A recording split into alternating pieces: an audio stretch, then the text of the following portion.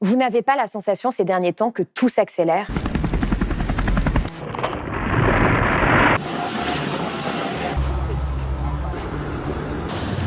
Le réchauffement planétaire s'aggrave bien plus vite que prévu, et ses effets s'amplifient. Si l'on résume rapidement les derniers mois, on pourrait croire à un film de science-fiction. Pourtant, c'est la réalité, notre nouvelle réalité. Les événements climatiques extrêmes se multiplient. Des méga-feux, pour certains incontrôlables, ravagent le Canada. 6 millions d'hectares sont partis en fumée. Des fumées qui ont rendu l'air presque irrespirable à des kilomètres, si bien que New York puis Montréal ont été les villes les plus polluées au monde durant quelques jours. Le nuage a même traversé l'Atlantique et voilé le ciel français. La température moyenne à la surface des océans a atteint un record absolu. Et l'on parle désormais de canicules marines jamais vues et dévastatrices pour les écosystèmes. Des records de chaleur sont atteints partout dans le monde, avec des vagues de chaleur en Asie, 51 degrés en Iran, 44 degrés en Inde, 42 degrés en Chine, ou encore en France avec 41 degrés en Corse. Et il est désormais trop tard pour sauver la banquise estivale de l'Arctique, ce qui risque encore d'empirer la situation. Tous ces événements n'auraient jamais pu se produire dans un climat non réchauffé par l'humain. En parallèle, 2 études majeures sont sorties dans la prestigieuse revue Nature. La première démontre que si l'on continue sur cette voie, 2 milliards d'humains pourraient être exposés à une chaleur potentiellement mortelle d'ici à la fin du siècle. Et la deuxième nous apprend que la Terre menace de devenir inhabitable. En dépit de ces études terrifiantes, des événements qui s'accumulent, l'action climatique des États n'est toujours pas à la hauteur.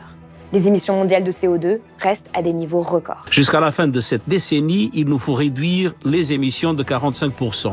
Et jusqu'aujourd'hui, on continue à augmenter les émissions et ça, c'est absolument inacceptable. Et ce qui met les scientifiques aujourd'hui dans une situation de colère et d'impuissance, c'est que les solutions existent. Elles sont évaluées à nouveau sur la base de la science. Elles sont faisables, accessibles, elles sont finançables. Oui, mais alors... En revanche, ce qui manque derrière, c'est justement le politique. Il est donc temps de faire le point. Pourquoi tout s'accélère ? Quelles sont les conséquences de cette accélération sur nos vies ? Et quels objectifs faudrait-il atteindre pour enrayer la catastrophe ? Réponse tout de suite dans cette nouvelle vidéo de décryptage Blast.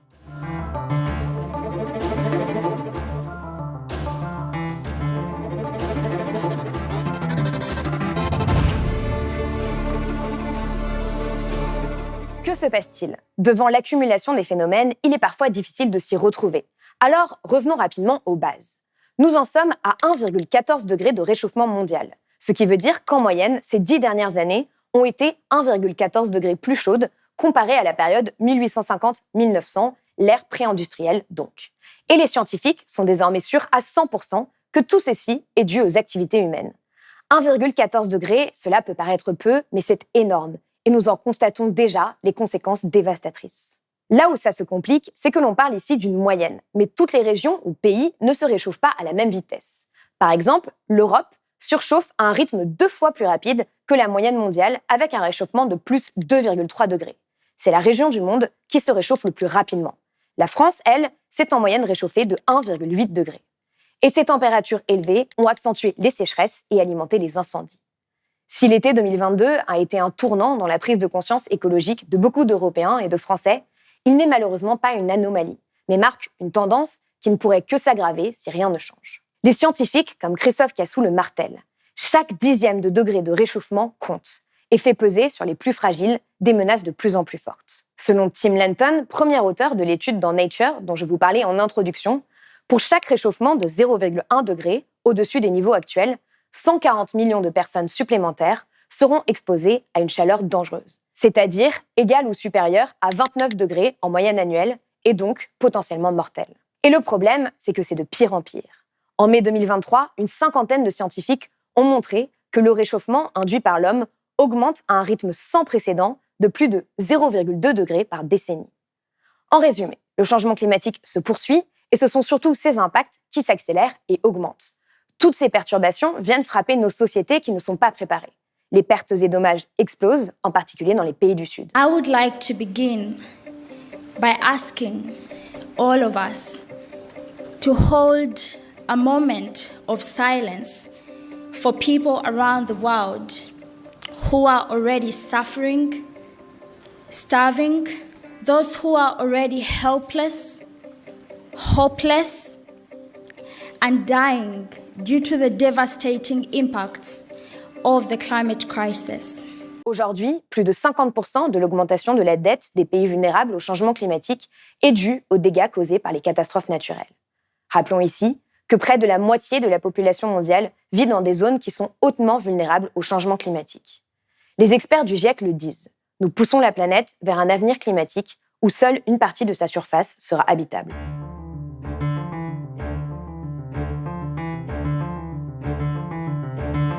Tout ce qui était de l'ordre de l'hypothétique se produit désormais. Les scientifiques sont sidérés de voir que ce qu'ils avaient modélisé est en train de se passer sous leurs yeux, parfois plus tôt que prévu. C'est la raison pour laquelle certains choisissent la désobéissance civile pour se faire entendre. And we believe that the continued governmental inaction over the climate and ecological crisis constitutes a crime against humanity. I'm here because scientists are not being listened to.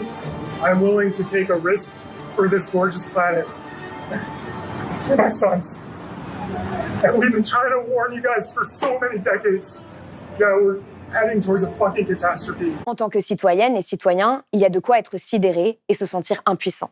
Malheureusement, une majorité de personnes vivent toujours dans une forme d'indifférence par rapport à tout cela. Et si, bien évidemment, la réponse est majoritairement du côté des États et des entreprises, on peut se poser la question. Comment peut-on demander aux autres de changer si nous ne commençons pas à le faire nous-mêmes, à notre échelle et avec nos moyens? Au passage, j'ai justement réalisé cette vidéo pour vous donner des clés d'action à plusieurs niveaux. Face à la situation vertigineuse, on peut aussi avoir tendance à oublier ou être dans le déni. C'est ce qu'explique Oscar Navarro, professeur en psychologie sociale et environnementale. Comme l'esprit a horreur de l'incertitude et de l'inquiétude, la tendance est d'essayer de passer à autre chose. On oublie donc souvent ce qu'il s'est passé dans les années précédentes. Des canicules et des incendies ont bouleversé des régions chaque été depuis 2016. Si l'on prend l'exemple du Canada, cette année-là, une partie de la province de l'Alberta brûlait déjà. Et l'on parlait alors de la plus grande catastrophe de l'histoire du pays. En 2021, un dôme de chaleur s'abattait sur le village de Lytton, qui a fini par brûler. Et en 2023, le pays peine à nouveau à maîtriser ses feux. Depuis le début de l'année, une superficie équivalente à 13% du territoire de la France métropolitaine a été brûlée. On voit que même des pays qui se pensaient justement à l'abri du changement climatique ne le sont pas. Ils sont obligés de faire appel à d'autres pays pour les aider, que le Canada fasse appel même, y compris à l'Afrique du Sud, au Mexique et donc à la France, mais à d'autres pour leur envoyer des renforts parce qu'ils n'ont pas assez de sapeurs-pompiers, ils n'ont pas assez de bombardiers, ils n'ont pas assez de mesures pour répondre à tous ces incendies, à tous ces feux partout sur le territoire. Ça montre à quel point on n'est pas prêt à faire face à la catastrophe qui est le changement climatique et qui va aller qu'en s'amplifiant en fait. 2023 risque d'être une année record pour les feux, qui, je le rappelle, alimentent un cercle vicieux. Les forêts, qui sont des puits de carbone, ne remplissent plus leur fonction une fois brûlées. Et en brûlant, elles libèrent tout le CO2 capté par les arbres. Ce CO2 augmente le réchauffement climatique et donc le risque de feux de forêt, et ainsi de suite. Ces cercles vicieux s'ajoutent aujourd'hui les uns aux autres, provoquant une forme d'emballement climatique. Par exemple, nous avons récemment appris que l'Arctique pourrait être privé de banquise en été dès les années 2030. C'est une nouvelle majeure dont on a peu entendu parler et qui pourtant nous concerne directement. Pourquoi ? Parce que la banquise joue un rôle crucial en été, en renvoyant dans l'espace la chaleur des rayons du soleil, ce qui permet de rafraîchir l'Arctique. C'est ce qu'on appelle l'albédo, et il est aujourd'hui de plus en plus faible. Dans l'Arctique, là chez moi en ce moment, il fait jour 24 heures sur 24. Donc c'est vraiment le moment dans l'année où on a besoin de ce miroir naturel, de ce drap blanc naturel qui va se débarrasser de la chaleur du soleil. Alors qu'en hiver, il fait nuit 24 heures sur 24. Elle est quand même importante en hiver, mais pas autant que pendant l'été. Résultat, l'Arctique se réchauffe beaucoup plus vite que d'autres régions. Et cela aura pour conséquence l'augmentation des phénomènes météorologiques extrêmes comme les vagues de chaleur, les incendies de forêt et les inondations aux latitudes moyennes. Mais aussi l'accélération du réchauffement mondial en faisant dégeler le permafrost qui contient d'importantes quantités de CO2 et de méthane. Et enfin, la montée du niveau des océans en faisant fondre la calotte glaciaire du Groenland. L'auteur principal de l'étude a déclaré « Les scientifiques ont alerté sur cette disparition pendant des décennies. Et c'est triste de voir que ces mises en garde n'ont pour l'essentiel pas été écoutées. » Pour mieux comprendre le rôle des glaciers et de la banquise, vous pouvez voir cet entretien. Une autre catastrophe écologique passe inaperçue puisqu'elle a lieu sous la surface de l'océan. C'est le cas de la canicule invisible dans l'Atlantique Nord-Est, qui va potentiellement provoquer une hécatombe d'espèces marines. Depuis la mi-mai, certaines parties de l'Atlantique Nord connaissent des températures entre 3 et 5 degrés supérieures au normal de saison. Entre les mois de mars et mai, la température moyenne à la surface des océans a atteint un record absolu. du jamais vu pour les scientifiques depuis le début des relevés. Ce qu'explique David Diaz, chercheur à l'Institut espagnol d'océanographie, c'est que ces canicules marines ressemblent à des incendies sous-marins, avec une faune et une flore qui meurent comme si elles étaient brûlées. Ces canicules sont en partie dues au fait que l'océan absorbe 90% de l'excès de chaleur provoqué par le réchauffement climatique anthropique. L'océan est un régulateur du climat. Sans lui, les températures seraient aujourd'hui totalement invivables. Il faut bien se rendre compte qu'on n'a pas de retour en arrière possible. Ce qu'on veut, c'est limiter au plus bas, donc le plus rapidement possible. La canicule actuelle en Atlantique aurait, elle, été provoquée par la situation météo ces dernières semaines. Selon les observations de Thibaut Guinaldo, chercheur en océanographie spatiale au Centre national de recherche météorologique, cette canicule est due à un anticyclone persistant sur les îles britanniques, ayant pour conséquence un réchauffement des températures de l'air, une réduction de la couverture nuageuse et une absence de vent. Conséquence de cette canicule océanique, une mortalité massive chez les espèces marines, mais aussi une augmentation de l'intensité des phénomènes climatiques extrêmes. Ce qui fut probablement le cas l'année dernière. Le 18 août 2022, la Corse était frappée par des orages extrêmement violents, alors que la Méditerranée venait de vivre plus de 2 mois de canicule marine. À cause du réchauffement climatique, la température des océans augmente. Le corail étouffe, il blanchit. Dans cet état, il ne lui reste que quelques jours à vivre. Ces canicules marines sont une bombe à retardement. À terme, si l'océan continue de se réchauffer, il pourrait perdre son rôle de pompe à carbone alors qu'il capte aujourd'hui 1/4 de nos émissions de CO2. Les exemples de ce qu'il se passe en Arctique ou sous l'océan montrent la différence immense qu'il existe aujourd'hui entre le risque réel et le risque perçu lorsqu'il s'agit d'urgence écologique. Nous sommes désormais bien obligés de reconnaître les conclusions de Hans Otto Portner, co-auteur du GIEC, dans une interview au Monde. Nous ne sommes ni préparés à ce qui nous attend, ni aux surprises que nous réserve le changement climatique.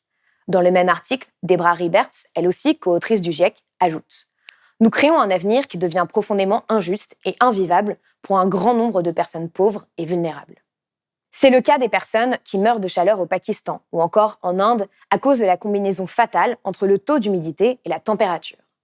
Lorsque la température au thermomètre mouillé dépasse en moyenne les 31 degrés, le corps n'arrive plus à réguler sa température en transpirant. Et c'est alors que survient le coup de chaleur mortel au bout de quelques heures. Si la France n'est pas exposée à une telle humidité, elle n'est pas pour autant épargnée. Selon les données de Santé publique France, les canicules ont causé la mort de 33 000 personnes depuis 2014.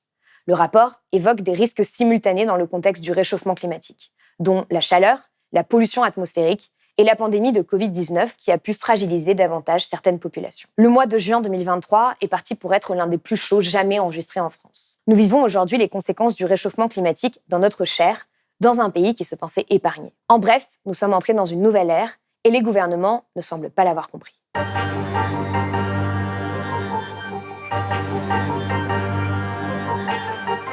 Selon l'Organisation météorologique mondiale, il y a 66% de chances que la température globale atteigne le seuil des 1,5 degrés d'ici à 2027. Et si cette tendance perdure en moyenne durant une décennie, nous aurons définitivement franchi le cap des 1,5 degrés. Le seuil qui était pourtant prévu comme une limite à ne pas dépasser d'ici la fin du siècle dans l'accord de Paris.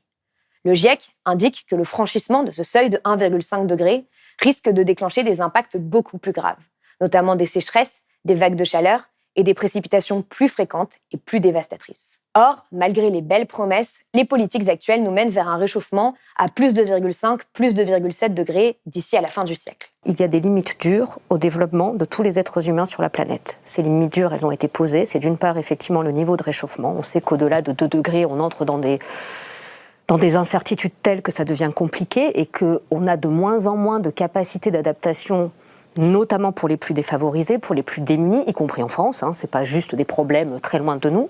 On a aussi une autre limite dure, c'est effectivement l'effondrement de la biodiversité. Le rapport de synthèse du GIEC montre pourtant que nous devons réduire nos émissions de 60% d'ici à 2035. Ainsi, toutes les actions mises en place dans les 2 années à venir seront déterminantes. Les experts sont unanimes. Tout retard supplémentaire vis-à-vis d'une action mondiale concertée et préventive pour l'adaptation et pour l'atténuation manquera une brève fenêtre d'opportunité qui se referme rapidement pour garantir un avenir vivable et soutenable pour tous. Les choix d'aujourd'hui définiront le réchauffement de demain, car c'est le cumul des émissions de CO2 qui compte. Selon le Global Carbon Project, pour atteindre 0 émission de CO2 d'ici 2050, Il faudrait maintenant diminuer les émissions d'environ 1,4 milliard de tonnes de CO2 chaque année. Vous pouvez voir sur ce graphique les trajectoires drastiques que cela implique.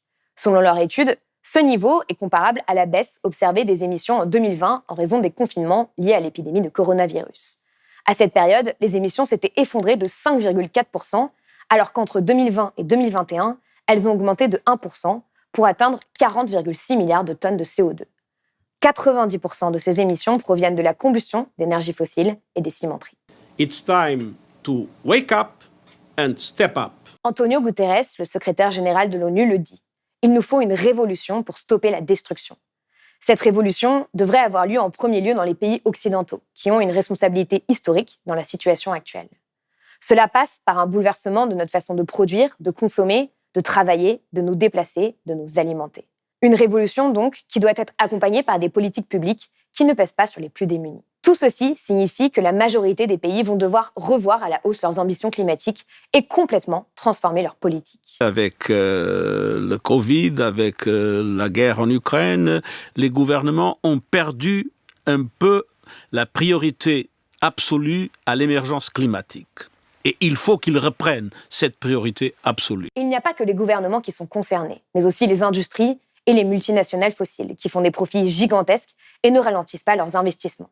Il existe aujourd'hui 425 bombes climatiques, des projets d'extraction de charbon, pétrole et gaz, déjà en opération ou encore en construction, dont les émissions de CO2 cumulées pourraient anéantir la lutte contre le dérèglement climatique. Continuer aujourd'hui à financer les énergies fossiles, c'est risquer encore davantage d'atteindre les limites de l'adaptation au changement climatique, des points de non-retour et acter l'inhabitabilité future de certaines régions. L'autre enjeu crucial est celui de l'adaptation. Nous en avons déjà parlé plusieurs fois sur Blast, alors pour le comprendre, vous pouvez voir ces 2 vidéos. Les scientifiques appellent à un sursaut des responsables politiques et des populations, et à la mise en place de politiques de sobriété incontournables qui pourraient permettre de réduire les émissions de gaz à effet de serre de 40 à 70% d'ici à 2050.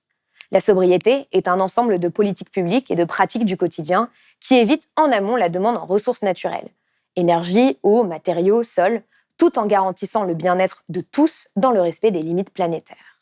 Mais alors, à quoi ressemblerait concrètement cette sobriété en France ? Qu'est-ce que cela impliquerait de s'aligner sur une trajectoire de 1,5 degré ? Le cabinet BL Evolution a mené une étude en 2018 pour le comprendre.